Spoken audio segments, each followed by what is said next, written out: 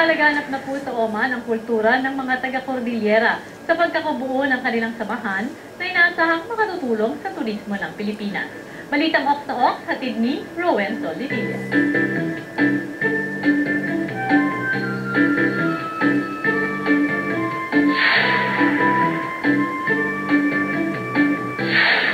Namangha ang Amerikanong si Cathy Ewing nang masaksiyan niya ang katutubong sayaw ng mga taga-Cordillera.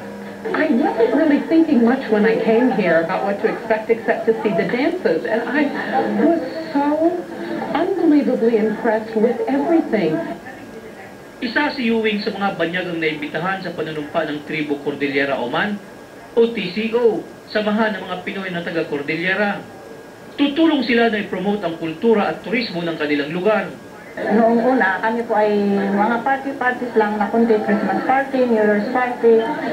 So ngayon, inisip namin na why not promote our culture so, para ma-promote tayo ang mga kultura natin sa nirong bansa na ito. The Filipino nation and the Filipino people are very proud of all of you. I think it has to be said, no?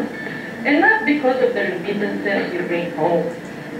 It is because we know that you are promoting the Philippines wherever you go. Mayaman ang Cordillera sa kultura, tradisyon at magagandang tanawin, kung kaya't nais nilang ipakita ito sa mga Omani at ibang lahi. Binubuo ito ng 6 na probinsya at isang kapitolyo na kinabibilangan ng Abra, Apayao, Benguet, Ifugao, Kalinga, Mountain Province at ang Baguio City. Popular sa buong mundo ang Banawi Rice Terraces na napabilang na sa 8 Wonders of the World ng UNESCO World Heritage Site na dito matatagpuan. While away from home, I want to be with my kababayan. So to have closer relationship with them. Ito ay binuo namin para sa aming mga kababayan. At alam ko na bawat isa sa amin ay nahuhumsik. So, ginawa namin ito para kami magkita-kita at magsasayahan. Bukod sa pagpupromote ng lokal na turismo, tutulong din sila sa kababayan ng nangangailangan.